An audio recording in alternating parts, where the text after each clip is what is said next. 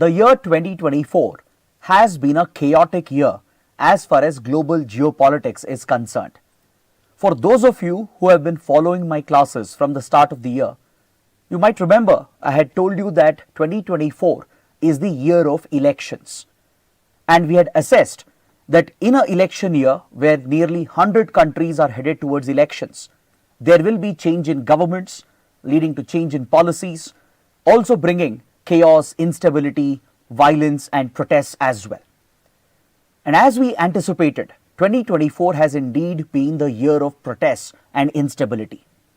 2024 also has been the year of wars and conflicts, as the Gaza war has continued along with the Russia-Ukraine war. So over the last few hours, something unprecedented has happened in Israel. This is part of a larger trend that you see in global geopolitics, where anti-government protests have become the norm in the last few months. In our own immediate neighborhood, if you look at the recent protests in Bangladesh that led to regime change, or the protests in Indonesia, there are sufficient examples to indicate that 2024 has indeed been a chaotic year in geopolitics. But of course, the situation in Israel is entirely different, the context is entirely different. And over the last few hours, Israel has been rocked by large-scale protests, where lakhs of Israelis have come out on the streets to protest against the government of Benjamin Netanyahu. These anti-government protests in Israel is directly linked to the Gaza war, and that is the topic for today's discussion. So hello and welcome to Unacademy IAS English, a one-stop destination for the English medium civil services aspirants. In today's session, we shall attempt to dissect the developments that have taken place in Israel, which are honestly quite unprecedented. As I mentioned, over the last few hours, lakhs of Israelis have come out on the streets protesting against the war policy of Benjamin Netanyahu and his far right-wing government. The protesters are exerting pressure on Israel to strike a deal, which is being referred to as the Gaza hostage deal, in order to safely secure the release of the remaining hostages.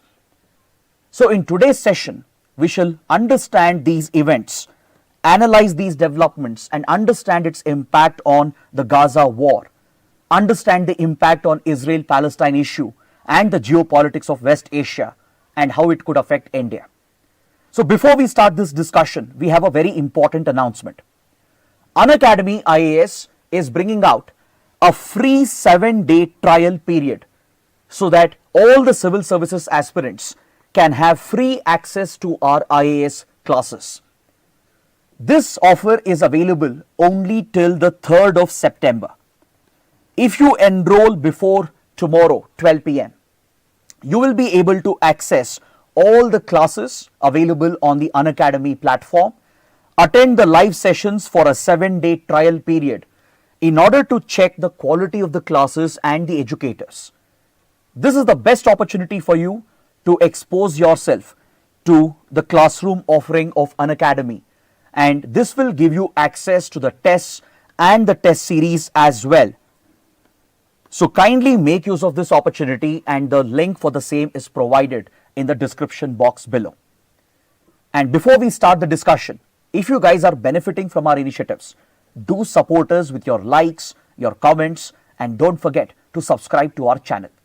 So let's begin the discussion with some context, with some background. In order to understand why the protests have erupted, you need to look at the very start of the Gaza war, which takes us back to the 7th of October 2023. Last year on October 7th, Hamas, a deadly extremist militant organization based out of Gaza Strip, carried out a brutal terrorist attack aimed at Israel. Hundreds of Hamas militants breached the barriers that Israel had set up and carried out a major assault on Israeli civilian population. A concert festival in southern Israel was targeted. Multiple cities and homes were targeted, and a total of 1,300, close to 1,300 Israeli civilians were slaughtered by Hamas.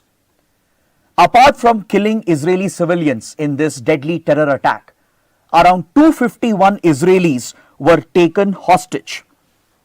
Close to 251 Israeli civilians were captured alive, and I'm sure many of you remember these horrific images from Israel, where you can see Hamas militants running away with Israeli civilian captives who had been taken hostage. Now, this was Israel's deadliest security situation in many years. Israel was not only on the back foot as its security systems had been defeated, its gaps in the intelligence system had been exposed as the reputed intelligence agencies Mossad and Shin Bet had clearly failed to anticipate and prevent this massive terror attack.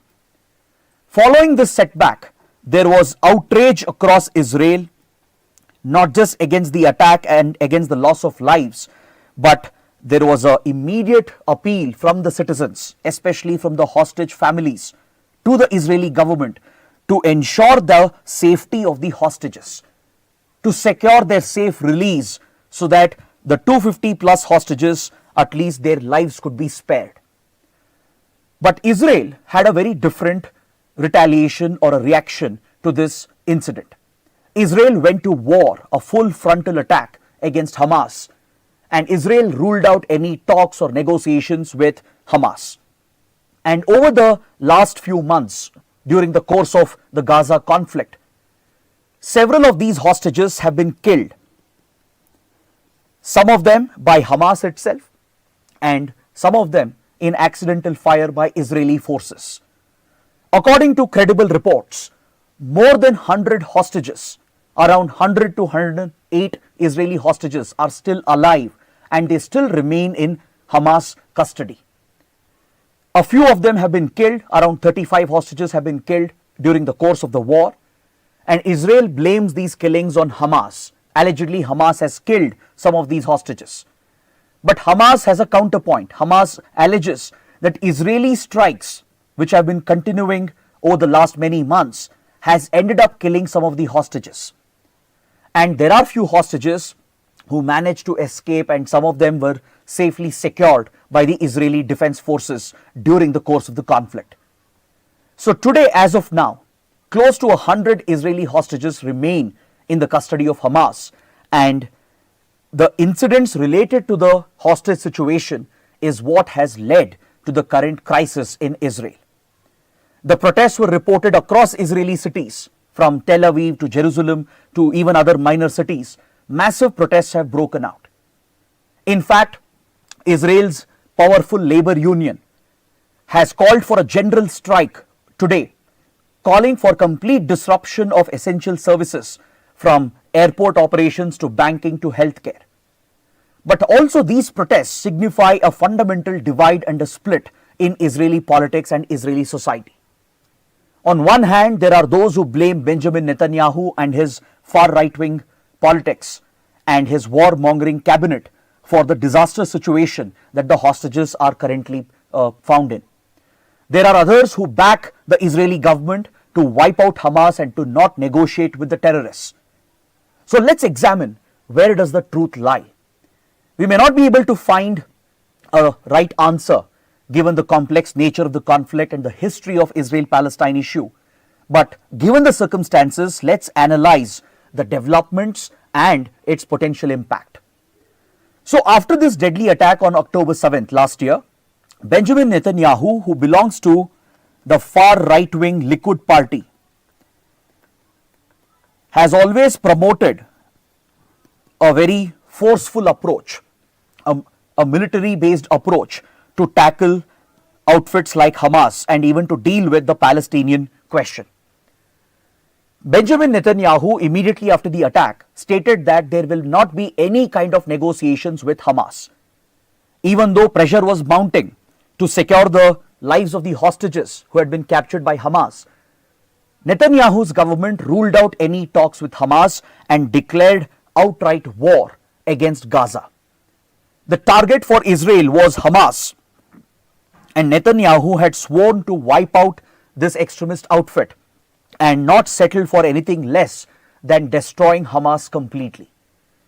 But this quickly escalated the conflict as Israel went in for a full-fledged assault on Gaza.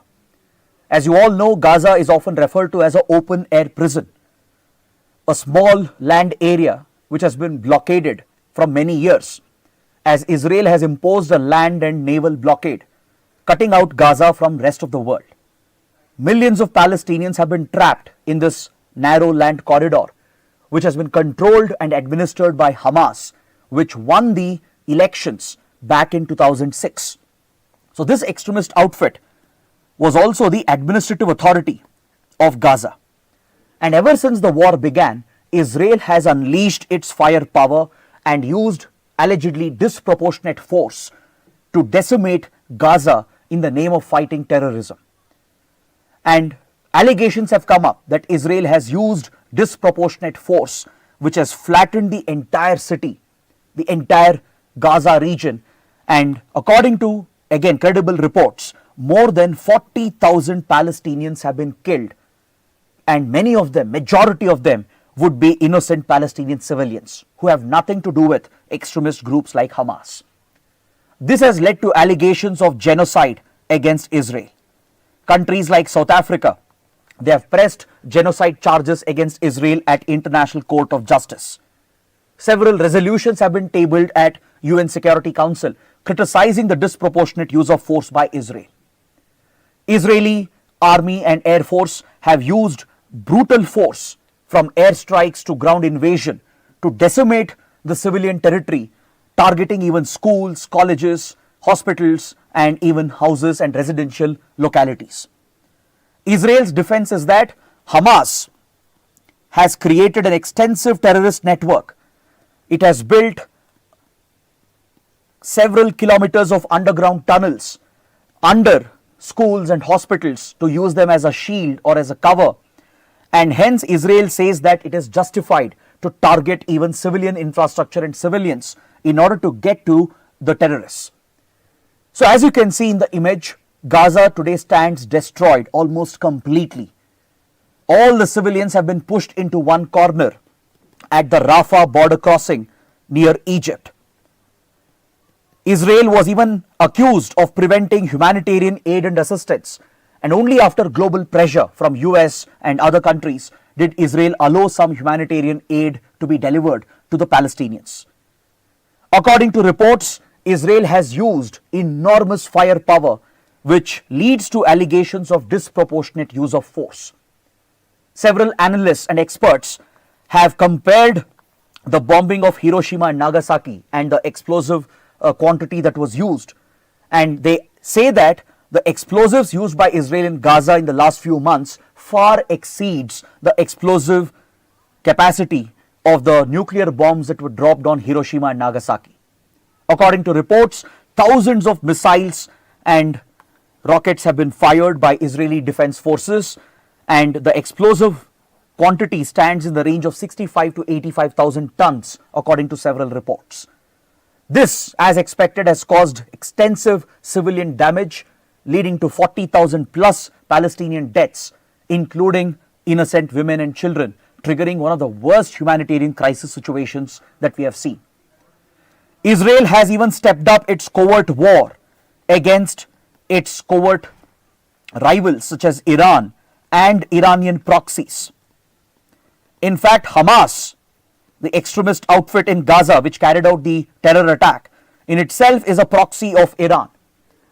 Iran has activated its other proxies such as the Houthis of Yemen, Hezbollah from Lebanon, and parts of Syria and Iraq to target Israel from multiple corners. As you know, the Houthis have disrupted commercial shipping in the Red Sea and even launching attacks on ships in the Arabian Sea as well.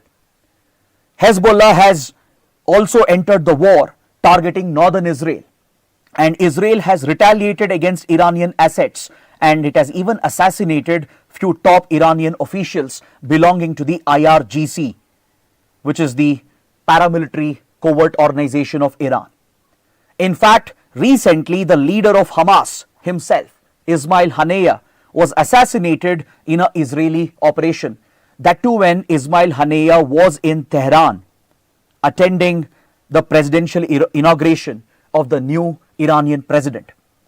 This has led to significant tensions between Israel and Iran, and both have already exchanged fire as well. A few months ago, there was an exchange of fire between Israel and Iran after Israel allegedly targeted IRGC officials in Syria.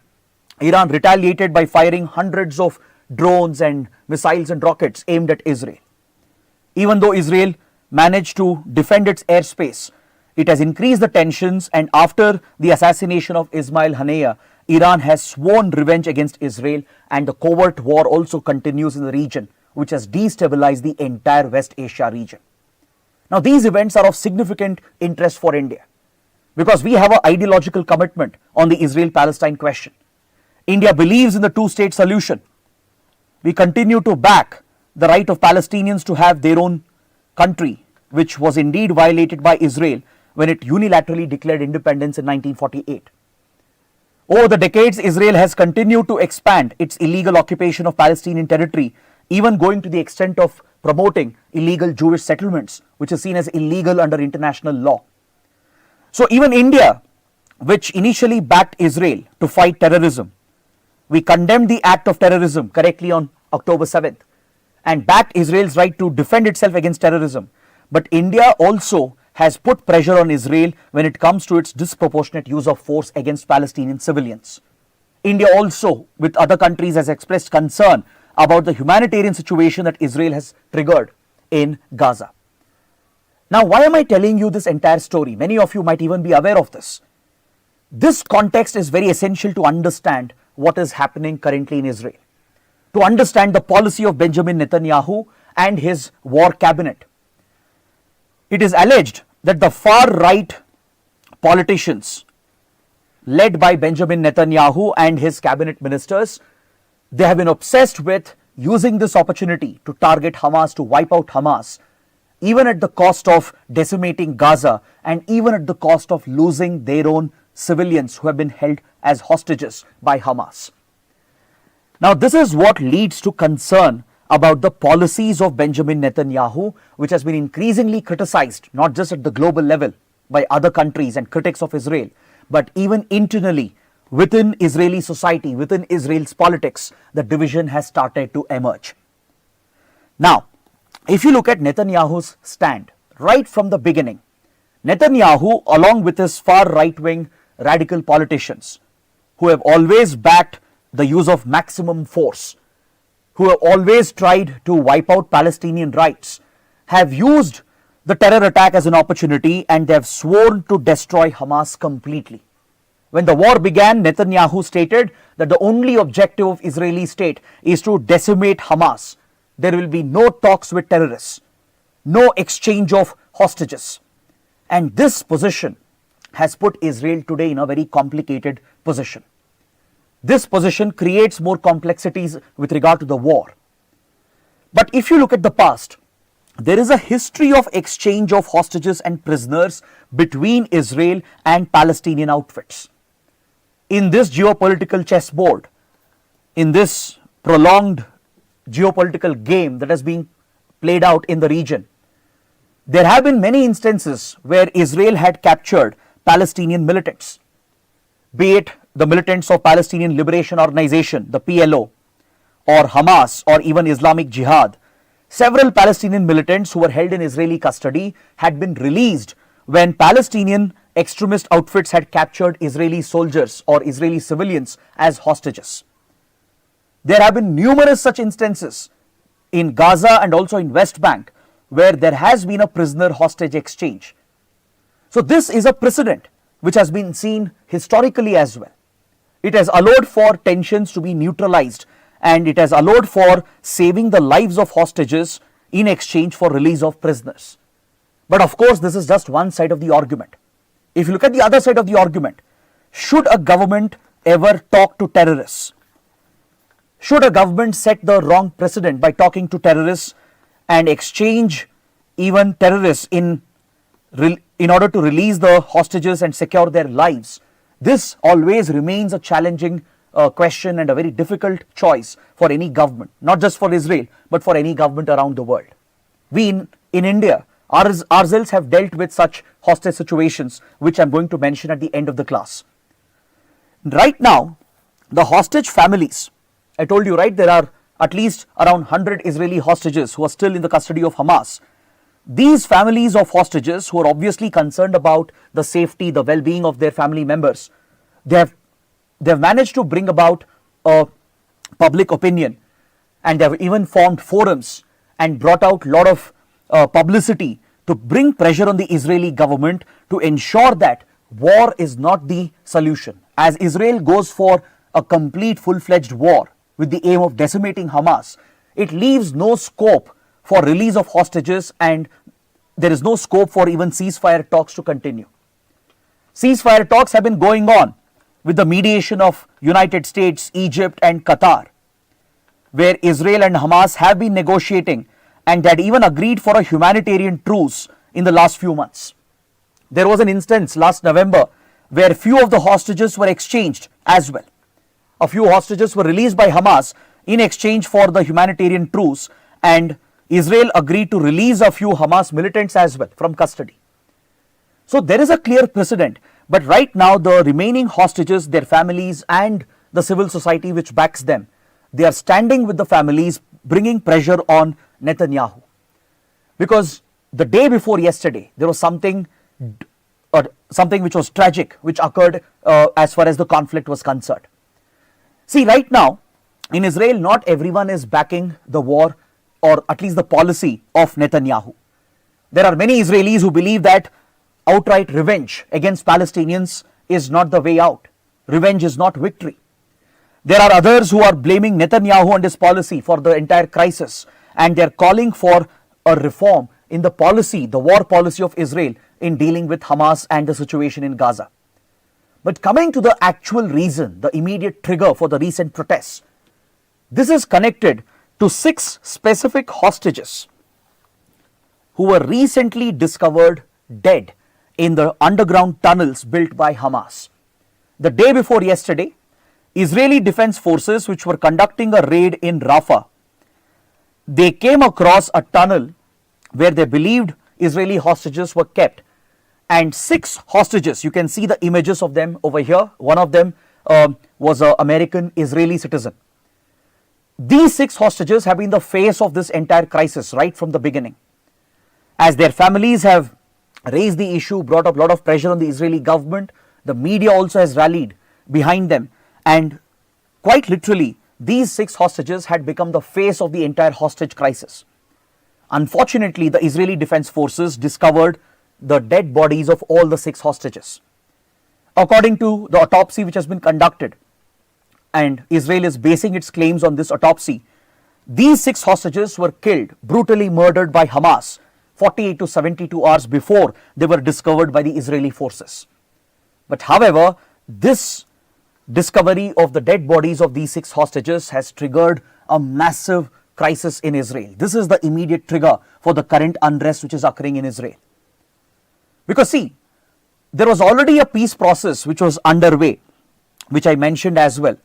A ceasefire talk was taking place with the mediation of Qatar, United States and even Egypt was playing a role behind the scenes. Negotiations were at a very advanced stage between Israel and Hamas to secure the exchange of some of these hostages. Especially 3 out of the 6 hostages who have been found dead the day before yesterday. They were supposed to be part of this exchange deal.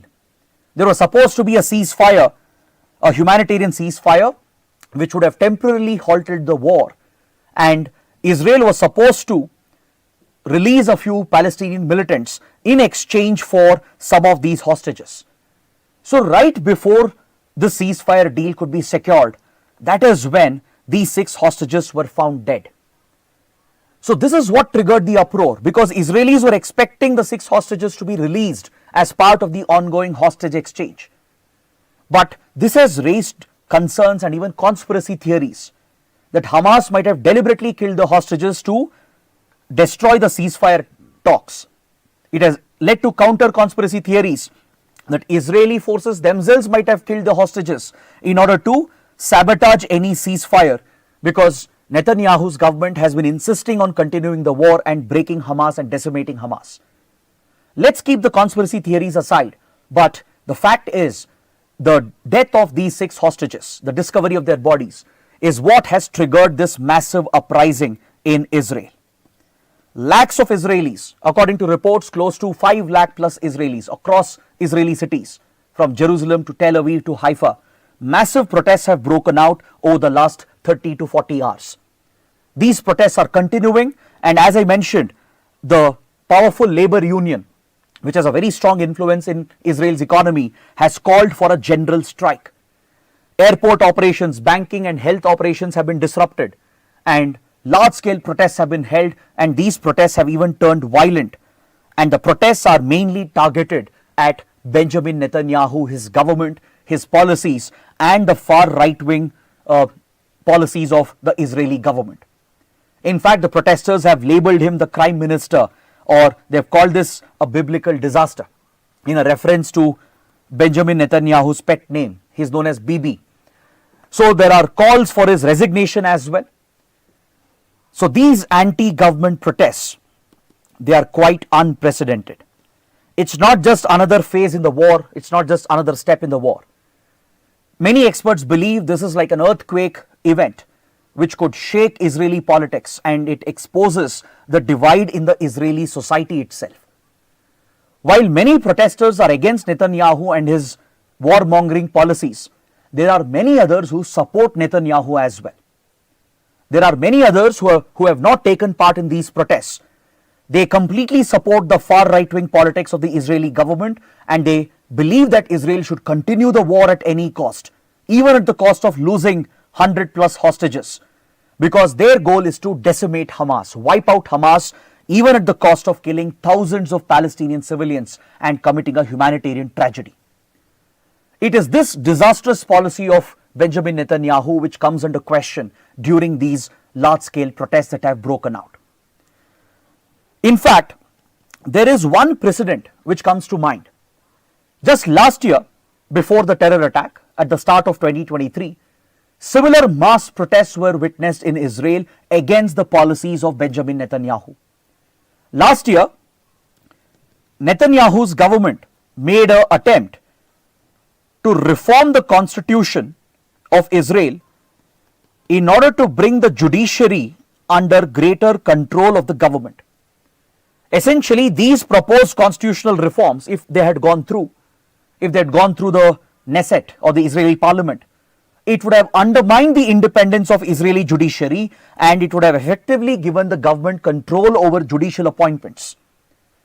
So when these constitutional reforms were proposed last year, which was a threat to Israeli democracy, a threat to Israel's judiciary and its independence, lakhs of Israelis who oppose Netanyahu's far right-wing politics, they came out on the streets and protested against the proposed judicial reforms. They urged that this was the death of Israeli democracy. And these widespread protests that took place at the start of 2023, it did bring pressure on Netanyahu, and the Netanyahu government took a step back, and these controversial reforms were never implemented. So the ongoing protests, essentially the protesters are calling for negotiations instead of war. The protesters want a ceasefire. They want a hostage deal to be secured by Netanyahu's government instead of fighting a blind war which is killing civilians, killing Israeli hostages, and leading to a tragedy across the region, across West Asia. Now, this could be a very significant event as far as the conflict is concerned. If the pressure mounts on Benjamin Netanyahu, because there has already been significant global pressure, now such internal pressure coming from Israeli people on the ground could potentially push Netanyahu either to step down or maybe to change the policy as far as the Gaza war is concerned, and maybe focus on ceasefire talks with Hamas to secure the lives of the remaining hostages at least. Or it could go the other way around. Because as I told you, in Israeli politics and Israeli society, there is a clear split, a fundamental divide. There are those who support Netanyahu blindly, There are those who support the far right-wing government and the war policies of Netanyahu, which is to decimate Gaza, decimate Hamas, even at the cost of killing thousands of Palestinians, which is nothing short of a genocide. There are others, the other half of Israel, which does not support this. They don't believe that a full-fledged war is a solution, that a war can secure a victory. Yes, Hamas needs to be targeted. It's an extremist outfit. There is no excuse. But in the name of fighting terrorism, in the name of fighting Hamas, you cannot commit brutal atrocities against Palestinians, and more importantly, at the cost of losing Israeli citizens who have been held hostages. So that is why there is a tremendous push coming from Israeli society to secure a hostage deal, which might happen as well. So if this pressure is to work, if it were to work, there might be a potential ceasefire, or the talks might accelerate between Israeli government and Hamas with the mediation of United States, and any such ceasefire could potentially save the lives of the remaining hostages, and it could bring the war to an end. But however, don't underestimate the agenda of Hamas. Hamas is interested in prolonging the conflict. As the conflict drags, it benefits the cause of Hamas, which is to raise the Palestinian issue even at the cost of the lives of Palestinian civilians. Hamas is known to use Palestinian civilians as a human shield, and it doesn't really care about the suffering of Palestinians. This, in a way, serves the agenda of Hamas to bring that global pressure, and now it's bringing internal pressure on Israel as well.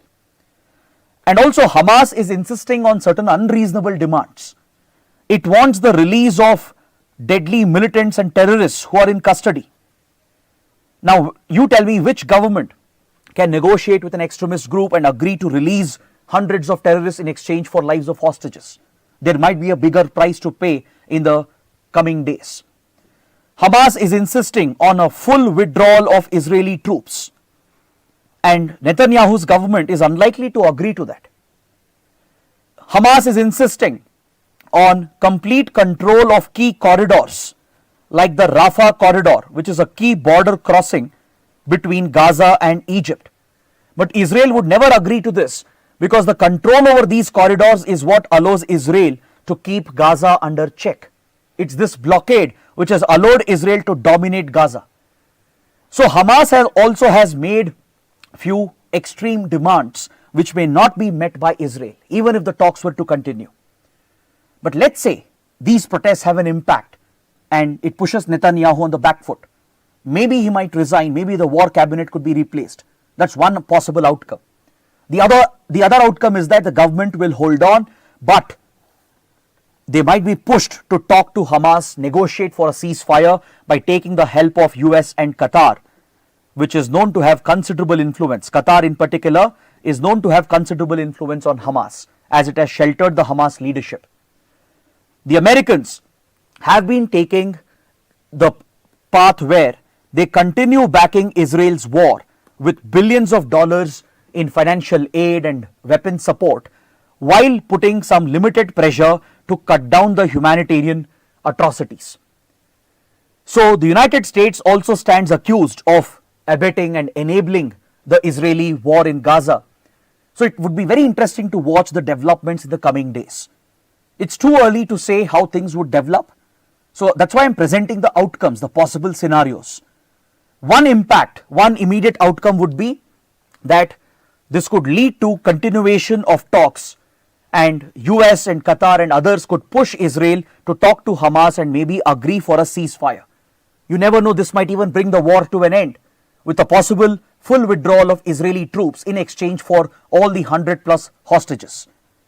Or the other extreme is that Israel will not agree for any talks, the protests might continue, which might even lead to internal violence in Israel. It might even lead to regime change, a change in government, possibly a change in leadership.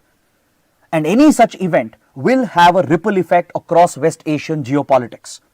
Iran will be closely watching the developments. The other major powers, Saudi Arabia, UAE, will keep a close eye on these developments, and the conflict might potentially escalate as well, including the covert war which is underway between these regional powers. So that is the reason why These protests that have erupted in Israel over the last 30 to 40 hours is of great significance, and India will be closely watching the developments as well, because we have major interests in West Asia. West Asia is a key oil supplier to India. Our energy security depends on the region. We depend on the region for the safety, well-being of the Indian community. There are millions of Indians spread out across the region. So any widening of the conflict, escalation, will affect the safety, well-being of the Indians across West Asian countries. So ever since the war began, India has been closely monitoring the developments, and while we support Israel's right to target Hamas and to fight terrorism, at the same time we have been critical of Israel's approach of using disproportionate force and committing large-scale atrocities. So India has often abstained from important resolutions and votes at the United Nations in order to take the balanced middle path. Now this brings to my mind one very interesting comparison. How will governments deal with such a hostage crisis? Just to go on a different tangent, when you deal with such a hostage crisis, what are the options in front of a government? Has India dealt with something similar? See, right now it's easy to blame Netanyahu and Israel for not negotiating, for not securing the release of the hostages. The protesters might say that hostages and their lives are more important, even at the cost of talking to Hamas, which is an extremist group, recognized as a terrorist group by some countries. They say that it's still worth it because you are still saving the lives of hostages. But others point out, the critics point out, that if a state talks to a terrorist group, agrees to their demands, releases terrorists from custody, and satisfies their demands in order to get the hostages back, then you might be setting a wrong precedent, which might become a repeat example. These incidents could repeat again and again, where a terror group could get hold of hostages and secure the release of deadly terrorists, perpetuate the conflict. And India has some experience with that. We have faced two such deadly situations involving hostages. One would be the hijacking of IC-814 in 1999, which is very much in the news because of the new Netflix series which has released based on the events of IC-814 hijacking. Recently, a few months ago, we held a session as well where we discussed India's handling of the IC-814 hijacking and how Vajpayee's government was accused of mishandling the entire hijacking situation. In the Kandahar hijack, eventually, India released 3 dreaded terrorists after negotiating with the hijackers, and Masood Azhar was one of them. So even though India secured the lives of close to 170 plus hostages, because there was tremendous public pressure in a very comparable, similar manner, just like a lot of Israelis are putting pressure on Netanyahu's government to talk and get the hostages released. Similarly, in India in December 1999, when the hijacking had occurred, there was tremendous public and media pressure on the Vajpayee government to secure the lives of hostages at any cost.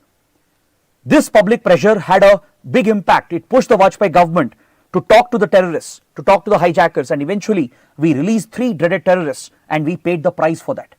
Masood Azhar would go on to establish Jaish-e-Mohammed with the help of Pakistan, which has carried out numerous attacks against India, including the parliament attacks, the Uri and Pulwama attacks, which have brought India-Pakistan to the brink of war. We released Omar Sheikh, who went on to be involved in major acts of terrorism. Mushtaq Zargar was released from Indian custody. These were dreaded terrorists captured in counter-terrorist operations in Kashmir, and we were forced to release them. India's foreign minister Jaswant Singh had to escort these terrorists and hand them over to the hijackers in Kandahar in order to safely get the hostages back.